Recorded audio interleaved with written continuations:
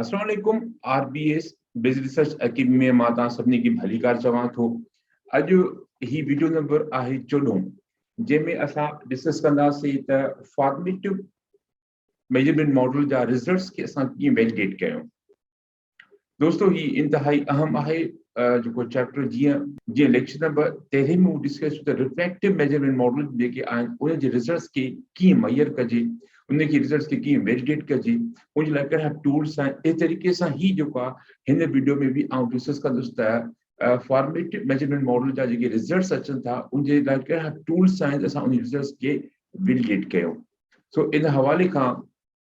जेको आहे अॼु हिन वीडियो में आहे। इन वीडियो जा मां ॿ पार्ट कया आहिनि। पार्ट 1 में मां डिस्कस कंदुसि त जेके मेजरमेंट मॉडल जा जेके टूल आहिनि, जेका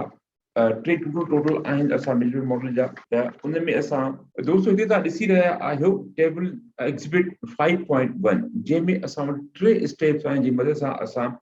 फॉर्मेटिव मेजरमेंट मॉडल जेके रिजल्ट्स उनखे वैलिडेट कंदासीं। उन में पहिरियों जेको आहे वो है असेसमेंट ऑफ कन्वर्जन वैलिडिटी। उनजे लाइ फॉर्मेटिव जेके असांजे मेजरमेंट मॉडल आहिनि। ॿियो जेको स्टेप आहे या टूल आहे उहो आहे असांजो formative measurement model for collinearity. ऐं टियों जेको आहे उहो आहे त assess the significant relevance of the formative indicator. ये टे टूल आहिनि असां जेको हिन में वीडियो में असां हिन में डिस्कस हिन वीडियो जा ॿ पार्ट आहिनि। पहिरें पार्ट में आउं डिस्कस कंदुसि त स्टेप नंबर 1 ऐं स्टेप नंबर 2, ऐं ॿिए पार्ट में आउं डिस्कस कंदुसि त स्टेप नंबर 3 जंहिंमें असांजा आउटर वेट्स असां वठंदा आहियूं। आउटर वेट्स असां वठंदासीं बूटस्ट्रैपिंग जेको टेक्निक आहे उनजी मदद सां। उन खां सवाइ ही शइ मुमकिन न आहे। तो इन करे ही वीडियो काफ़ी वॾी थी वेंदी करे असां हिकिड़ी पार्ट में कंदासीं। इन करे मूं मुनासिब सम्झो त हिनखे असां ॿिनि पार्टनि में तक़सीम कयूं। सो अचो त पंहिंजे वीडियो जो आगाज़ कयूं था। पर इन खां पहिरियों मुंहिंजो नालो डॉक्टर रहीम सुमरो आहे। मां शब्द यूनिवर्सिटी सां तालुक़ रखां थो। ऐं दोस्तों हिते तव्हां मुंहिंजी सर्टिफिकेट ॾिसी रहिया आहियो जेको मूं हासिलु कयो आहे smart PLS academy Hamburg university Germany मां। ही ऑनलाइन कोर्स कयो जंहिंमें ही 9 मॉड्यूल मूं कवर कया आहिनि। इन में ऐं नतीजे में ही सर्टिफिकेट मूंखे अवार्ड कयो आहे। अच्छा, हाणे असां अचूं था पंहिंजी डिस्कशन तरफ़। थोरो मां थ्योरेटिकल बैकग्राउंड तव्हांखे ॾींदो वञा त जीअं असांजी जेके जेको असां कमु कंदासीं हिन पार्ट 1 ऐं पार्ट 2 में जीअं अवां सम्झी सघो। दोस्तों इंटरनल कंसिस्टेंसी पर्सपेक्टिव जेको आहे उहो असां रिफ्लेक्टिव मेजरमेंट मॉडल में असां कंदा आहियूं। ऐं जेको आहे त जीअं त फॉर्मेटिव में असां इंटरनल कंसिस्टेंसी जो को बि कॉन्सेप्ट कोन्हे। तो इन करे जेको आहे जेके असां टूल्स इस्तेमालु कयासीं लेक्चर नंबर वीडियो नंबर 13 जे ए ऐं बी में, उहे साॻा ई असांजा हिते एप्लीकेबल न आहिनि। ठीकु आहे, अवां हिते ॾिसी रहिया आहियो इहो जेको आहे मूं जेको आहे मशहूरु किताब स्मार्ट पीलिस जे किताब मां उनजी इमेज बि तव्हां ॾिसी रहिया उनजे पेज नंबर 18 तां मां वरितो आहे। ऐं साॻी ऐं पेज नंबर 19 ते वरी जेको आहे लिखियलु आहे त भई जेके केतिरे रिसर्चर्स जेके आहिनि उहे ग़लति तरीक़े सां मेजरमेंट मॉडल जेके एवोल्यूशन जे लाइ जेको आहे उहो फॉर्मेटिव मेजरमेंट मॉडल खे जेको आहे कंदा आहिनि जंहिंमें हू जेको रिफ्लेक्टिव जा टूल इस्तेमालु कंदा आहिनि। ख़ासि तौर ते तव्हां जेको आहे मार्केटिंग डिसिप्लिन आहे, स्ट्रेटेजिक मैनेजमेंट डिसिप्लिन आहे, इन्हनि में। अच्छा, हाणे तव्हां ॾिसी रहिया आहियो ॿियो पेज नंबर 119 तां the assess convergent and discriminant validity using criteria similar to those associated with the reflective measure model is not meaningful here। ठीक है, हाणे convergent validity and discriminant validity के जेको असां चेक करण लाइ टूल्स सां रिफ्लेक्टिव में क्या इस्तेमालु कयासीं असां हिते नथा इस्तेमालु करे सघूं। लेकिन इस्तेमालु कंदासीं त उहे फुज़ूल रहंदा, उनजो को फ़ाइदो कोन्हे। रीज़न छा आहे? रीज़न में तव्हां ॾिसी रहिया आहियो पेज नंबर साॻी 1919 ते साॻी किताब मां वरितलु आहे त formative indicator are assumed to be error free. उहे एरर फ्री हूंदा आहिनि, जंहिंमें सही अज़म्पशन आहे उहे एरर फ्री आहिनि। ऐं तंहिंजे करे उनजी इंटरनल कंसिस्टेंट रिलायबिलिटी जो कॉन्सेप्ट बिल्कुलु इनएप्रोप्रिएट आहे। तो इहे कुझु थ्योरेटिकल बैकग्राउंड हुयो। इन वीडियो खे सम्झण खां अॻु में लाज़मी आहे इहो सम्झी वठूं त असांखे हिते मिलंदो त असां जेको पहिरियों जेको स्टेप आहे असांजो आहे कन्वर्जन वैलिडिटी। हाणे कन्वर्जन वैलिडिटी खे शुरू करण खां अॻु में मुनासिब इहो हूंदो त असां कन्वर्जन वैलिडिटी खे सम्झूं त उहो आहे छा। हाणे तव्हां ॾिसी रहिया आहियो पेज नंबर 121 साॻी किताब में वरितलु आहे त कन्वर्जिबिलिटी is extent to which a measure correlate positively with the other indicators of the same construct. यानी हिकिड़ो इंडिकेटर जेको आहे उहो साॻे इंडिकेटर जे ॿियनि जेको आहे साॻे कंस्ट्रक्ट जे ॿियनि इंडिकेटर सां केतिरो कोरिलेट करे थो, असां इनखे चवंदा आहियूं कन्वर्जन वैलिडिटी। तव्हां हिते इंडिकेटर कंस्ट्रक्ट ॾिसी रहिया हिन में खोड़ सारा इंडिकेटर आहिनि। पंहिंजो हिकिड़ो इंडिकेटर जेको आहे उहो ॿिनि इंडिकेटर सां केतिरो कोरिलेट करे थो, इनखे असां कन्वर्जन वैलिडिटी चऊं था। अच्छा जॾहिं वरी असांजो साॻी किताब पेज नंबर 121 में इहो बि लिखियल आहे त when evaluating formative measurement model we have to test whether the formative measurement formatively measured construct is highly correlated with the reflective measure of the same construct and साॻी construct reflective measure जेको आहे या reflective construct आहे उसां कोई relationship त कोन्हे इहो बि असांखे चेक करणो हूंदो आहे दोस्तों जीअं मां ॼाणूं था त असां वटि मेजरमेंट मॉडल में असां वटि रिफ्लेक्टिव बि हूंदा आहिनि ऐं फॉर्मेटिव बि हूंदा आहिनि मॉडल्स जेके आहिनि उनजा वीडियोस जेके आहिनि मुंहिंजा अवेलेबल आहे उनजी लिंक मां जेको आहे तव्हांखे हेठों डिस्क्रिप्शन रखी छॾी आहे जेके तव्हांखे टाइम मिले मुनासिब सम्झो त उहो बि तव्हां ॾिसी वठो त आसानी तव्हां सभु शयूं सम्झी सघंदव त हाणे असां छा कंदा आहियूं त कन्वर्जन वैलिडिटी खे असां चेक करण जे लाइ असां वटि वरी ॿ टूल आहिनि हिकिड़ो टूल आहे असां हुनखे चेक कंदा आहियूं ग्लोबल जेको आहे इंडिकेटर सां ऐं ॿियो असां कंदा आहियूं त फॉर्मेटिव खे असां जेको आहे कन्वर्जिबिलिटी चेक कंदा आहियूं जॾहिं असां हुनखे कंपेयर कंदा आहियूं असां हुनखे रिफ्लेक्टिव सां इहे ॿई अमल असां प्रैक्टिकल में कंदासीं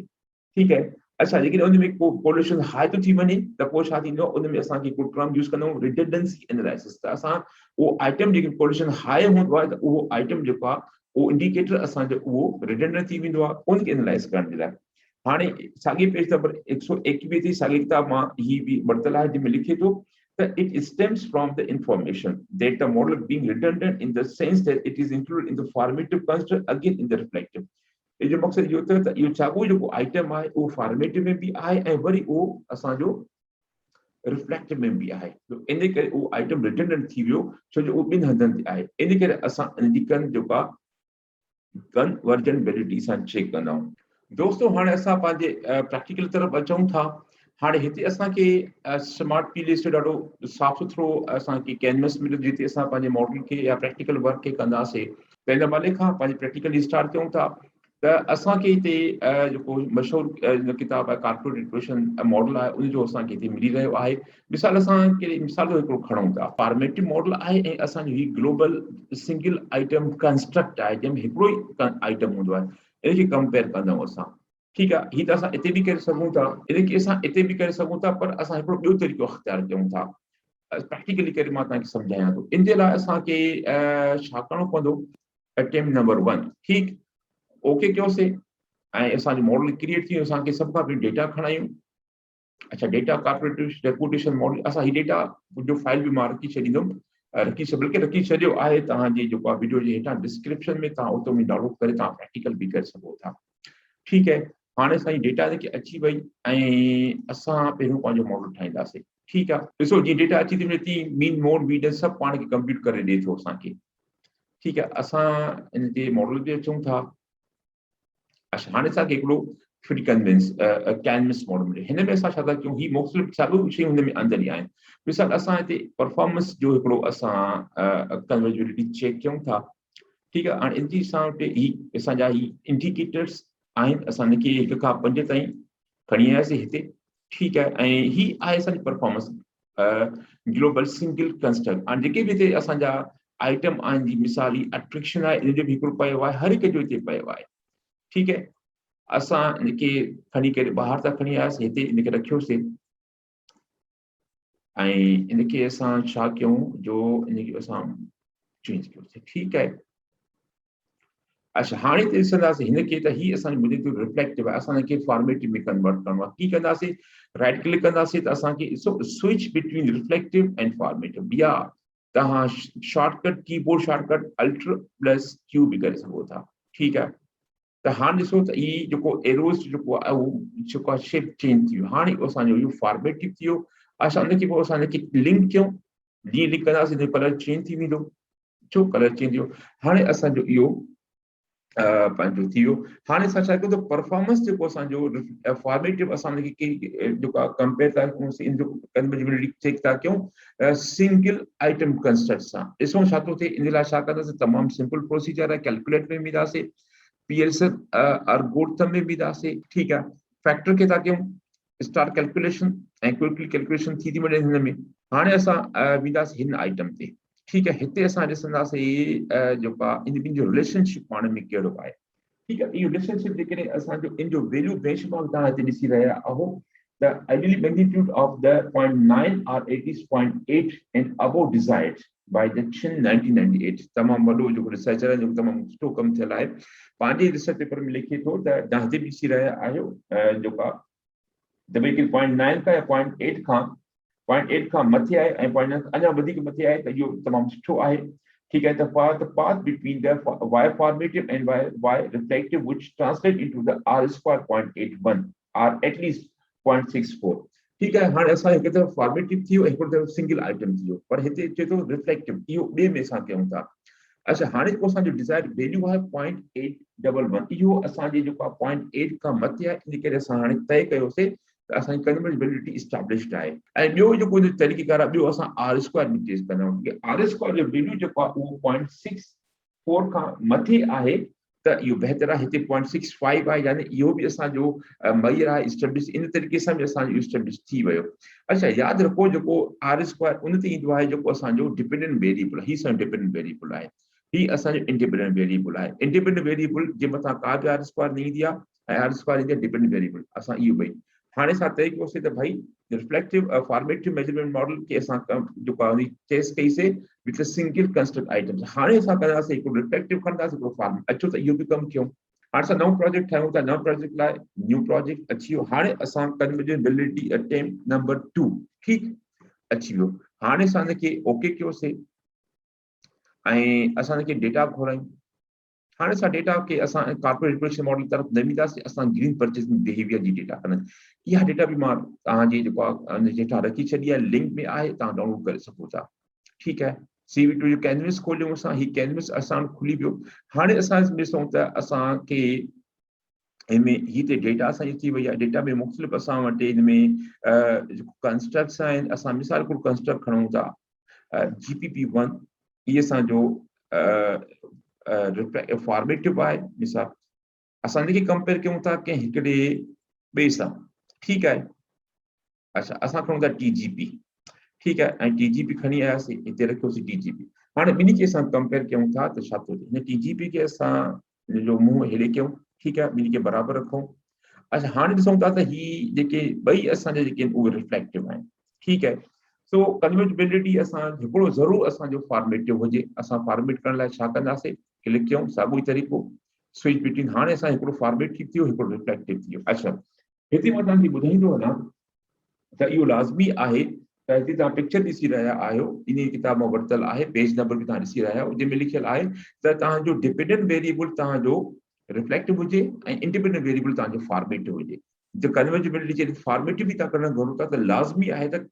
इंडिपेंडेंट जेको उहो फॉर्मेटिव हुजे ऐं डिपेंडेंट तव्हांजो रिफ्लेक्टिव हुजे ठीकु आहे ऐं हाणे हिन में जेको आहे असांजो हीउ मल्टी आइटम आहे माने हिकिड़ो आइटम कोन्हे हिन में 4 आइटम आहिनि यानी असां मल्टी आइटम हाणे असां हिनखे ॿिन्ही कनेक्ट कयूं कीअं हीउ आसान आहे इनखे असां कनेक्ट कयोसीं पाण में ठीकु आहे ऐं उन खां पोइ असां कैलकुलेट कयूं पीएलएसएम ॻोठ में वियासीं फैक्टर में वियासीं ऐं असां हिनखे स्टार्ट कैलकुलेशन्स थी वियूं ठीकु आहे त हिते असांखे जेको इन ॿिन्ही जेको वैल्यू मिलियो उहो 0.59 आहे ठीकु आहे हाणे इहो असांजी रेंज आहे 0.8 खां काफ़ी घटि आहे यानी त ऐं इन खां अलावा ॿियो जेको टूल आहे उहो आर स्क्वायर बि असांजी काफ़ी घटि आहे जेको आहे 8.64 उन खां काफ़ी घटि आहे ऐं त हाणे इन सूरत हाल में इहो इशू थिए थो हाणे इन कन्वर्जिबिलिटी असांजी उहा इस्टेब्लिश नथी थिए ठीकु आहे हाणे नथी थिए त पोइ हिन में छा करणु घुरिजे कहिड़ो हल आहे उहो बि तव्हां हिते ॾिसी रहिया आहियो इन साॻी किताब जे पेज नंबर 121 में लिखियलु आहे The formative construct need to be theoretically or conceptually refined. त तव्हां छा कयो हीउ जेको फॉर्मेटिव कंस्ट्रक्ट आहे असांजो हिनखे तव्हां हिनखे थियोरिटिकली यानी थ्योरी खां अञे पोयां आहे या कॉन्सेप्चुअली तव्हां हिनखे रिफाइन कयो हिन में ॿिया आइटम विझो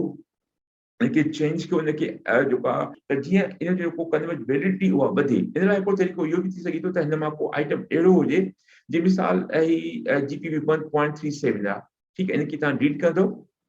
त इनखे ॿीहर रन कयो त शायदि जेको आहे अञा इनजी वधी वञे त इहो हिकिड़ो तरीक़ो आहे जंहिंसां तव्हां इन जी जेका कन्वर्जिबिलिटी जेको वैल्यू आहे उहो वधाए सघो था थोरो असां जेकॾहिं थ्योरिटिकल बैकग्राउंड वठी वठूं त बहितर आहे त जेको आहे 123 पेज ते लिखे थो त unlike reflective indicators which are essentially interchangeable ठीकु आहे the high correlation are not expected between the items are the formative measurement model formative measurement model में असां छा कंदा उन में असां जेके हाई कोरिलेशन असां उनखे प्रेफर नहीं कंदा, ठीकु आहे। वो रिफ्लेक्टिव में फॉर्मेटिव में हाई कोरिलेशन जेको आहे उहो काफ़ी मसलो पैदा करे सघे थो। साॻी पेज ते तव्हां हिते ॾिसो था त in the most sewer form of the collinearity occurs if the two or more formative indicators are entered in the same block of the indicator which exhibit the same information in them. यानी साॻी तव्हां enter कयो था जंहिंमें साॻी information आहे त इहो हिकिड़ो worst form of the collinearity। ठीकु आहे। हाणे कोलिनियरिटी छा आहे त भई जॾहिं तव्हांजे ॿिनि क्लस्टर के विच में हाई कोरिलेशन अची थो वञे यानी 0.7 0.8 0.9 त इहो जेको आहे मल्टी कोलिनियरिटी जो इशू थिए थो। अच्छा, इन किताब जे ॿिए नंबर ते आहे त high level of the collinearity between the formative indicators are crucial issue because they have impact on the estimation of the weight and the statistical significance। यानी यो मसलो असां छो था इंपॉर्टेंट समझूं छो ये तमाम को इंपॉर्टेंट है जे हाई कोरिलेशन कोलिनियरिटी आहे त इन जा जेके नेगेटिव इम्पैक्ट पवंदो तव्हांजे आउटर वेट्स ते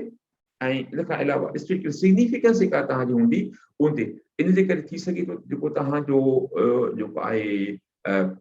जेको आहे जेको सिग्निफिकेंट हुजे उहो नॉन सिग्निफिकेंट बने ऐं नॉन सिग्निफिकेंट तव्हांजो सिग्निफिकेंट भी थी सघे थो। त उन जा पोइ इम्पैक्ट छा पवंदो आहे, उन सां छा थींदो आहे, असां इहो थींदो आहे त पहिरियों प्रॉब्लम बि थींदो आहे त collinearity boots the standard error. Standard error जेको आहे उनखे खामखा वधाए छॾींदी आहे ऐं thus the reduce the ability to demonstrate and estimate that the estimate weights are significantly different from the zero। ऐं उहो तमामु घणा जेको ज़ीरो खां मुख़्तलिफ़ थी वेंदा आहिनि। ऐं ॿियो जेको मसइलो थींदो आहे उहो त high collinearity can result in the weights being incorrectly estimated. जेके तव्हां वेट्स जेके हूंदा आहिनि उहे इनकरेक्टली थी वेंदा आहिनि। अच्छा ठीकु आहे, हीउ एक्सेल मॉडल असां वटि अची वियो, थोरो असां हिनखे ज़ूम आउट कयूं त बहितर आहे जी नज़र अची वञे असांखे। ठीकु आहे, हीअ असांजो मॉडल अची वियो। हाणे असां हिनखे छा कंदासीं, तमामु आसान आहे, कैलकुलेट कंदासीं हिन जी रिज़ल्ट्स खे।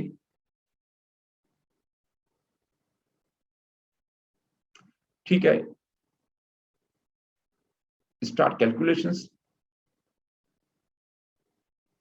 हाँ असांखे इन जा रिजल्ट्स मिली विया। ठीकु है, सो असां रिपोर्ट्स ते वञूं। असां रिपोर्ट्स में असां ही आई बी आई एफ, ठीकु है, ये बी आई पी क्लियर कंदा करे त हिते तव्हां ॾिसंदो त जेके बि वैल्यूज़ असांजा ग्रीन आहिनि इन में कंहिं क़िस्म जो को बि इशू कोन्हे। ठीकु है, ये सभु असांजा विदिन द रेंज आहिनि। हाणे इन हवाले खां रेंज इन जी छा हुजणु घुरिजे, इन जी रेंज इहा हुजे की त जेकॾहिं को बि हिकिड़ो मतिलबु जेके तव्हां स्ट्रिक्ट थियणु चाहियो था त पोइ इहो आहे त जेकॾहिं को बि बी आई जो वैल्यू 0.3 खां जस्ट 3 उन खां मथे आहे त इहो इशू आहे, ऐं उन खां घटि आहे त पोइ ठीकु आहे। जेकॾहिं अञा थोरो लिबरल थियणु चाहियो था त उहो 5 आहे। जेकॾहिं 5 खां घटि आहे त उन में कंहिं क़िस्म जी का बि कोलिनियरिटी कोन्हे। ठीकु आहे, ठीकु आहे, ऐं उहो बहितर आहे। पर जेकॾहिं इन खां वधीक आहे त पोइ इशू आहे। अच्छा, के दोस्त अञा वधीक लिबरल थियनि था, 10% 10 ते बि रखनि था, कंहिंजो वैल्यू 10 आहे खां मथे आहे त पोइ उहो जेको आहे जेको हिते कोलिनियरिटी जो इशू थिए थो। पर मां जेको प्रिफर कंदो आहियां, मां को जेकॾहिं 5 खां मथे आहे त उहो कोलिनियरिटी इशू आहे। अलहमदिल्ला हिते जेके बि असांजा वी आई पी वैल्यूज़ उहे सभु विदिन द इवन विद 3 आहिनि। हाणे हिते मां तव्हांखे आख़िर में हिकिड़ी टेबल ॾेखारींदो हलां जेकी हिन किताब जी 126 पेज ते आहे, जेके तव्हां हिते ॾिसी रहिया आहियो त हीअ हिकिड़ी गाइडलाइन आहे असांजे लाइ। हिते त कंहिं क़िस्म जो को बि वायोलेशन कोन्हे, पर जेकॾहिं कंहिंजी का वायोलेशन अची थी वञे त पोइ छा करणु घुरिजे। इन में ॿुधाए थो त collinearity assessment informative measurement model using V I F. हाणे हिन खां सभ खां पहिरियों आहे त assess the level of collinearity in the formative measurement model. ठीकु आहे, हाणे इन जो पहिरियों आहे त no critical value level of collinearity V I is less than 5। जेके लेस देन 5 आहे, हिते लेस देन 5 आहिनि, को बि जेको वायोलेशन कोन्हे कोलिनियरिटी जी। The analyze the significance of outroads and interpret the formative indicator as absolute and the relative। हाणे छा कयो, को बि डायरेक्ट वञी करे जेके तव्हांजा आउटर वेट्स आहिनि उनखे तव्हां एनालाइज़ कयो, उनजी जेके ऐं जेको आहे एब्सोल्यूट तरीक़े सां या यानी रिलेटिव तरीक़े सां। ठीकु आहे, इनखे डायरेक्ट वञी करे को बि इशू कोन्हे। हाणे हिते असां छा आहे, असां डायरेक्टली वञी असां हिनजे जेके पाथ एनालिसिस आहे या जेको आउटर वेट्स आहे असां उनखे कंदासीं। पर ॿी सूरत में जेकॾहिं क्रिटिकल वैल्यूज़ जेकॾहिं उहो लेस देन ग्रेटर देन या इक्वल टू 5 या 5 खां मथे आहे त पोइ आहे, पोइ इहो इन में क्वालिटी जो इशू आहे। उहो तव्हांखे हिते जेकी ग्रीन अथव उते तव्हांखे ज़रूरु उनजो रेड ज़रूरु मिलंदो। ठीकु आहे, जीअं त तव्हां इमेज ॾिसां हिन में कुझु जेके आहिनि उहे रेड में आहिनि। रेड में इन करे आहिनि, इन जो वैल्यू जेको आहे उहो 5 खां मथे आहे। ठीकु आहे, हाणे इन सूरत में छा करणु घुरिजे त भई टेस्ट द क्वालिटी इशू। ठीकु आहे, नो क्रिटिकल वैल्यू Indicate के levels of colinity VIF are less than 5. Analyze the significance of outer weights. Outer weights significant के analyze कयो, interpret कयो ऐं जोगा ठीक है। पर जेकॾहिं कोलिनिटी जो वो 5 VIF 5 का मध्य आहे त dismiss the format measurement model उन measurement model खे dismiss करे छॾियो। यही कुछ गाइडलाइन हुयूं इन हवाले खां हिन किताब में जेके असांखे ज़रूर फॉलो करणु घुरिजनि ठीक है। त इन तरीक़े सां अॼु हिन पार्ट 1 जो इख्तिताम कयूं था जंहिंमें असां उम्मीद कयां थो तव्हांखे हीअ वीडियो पसंदि आई हूंदी ऐं जेको आहे ऐं आख़िर में तव्हां पंहिंजो ख़्यालु बि कयो हिन चैनल जो बि ख़्यालु कयो ऐं आख़िर में तव्हां वॾी महिरबानी वरी इंशाअल्लाह जल्द कंहिं ॿी हिकिड़ी जेको आहे पार्ट 2 में तव्हां सां मुलाक़ात थींदी तेसिताईं अलाह।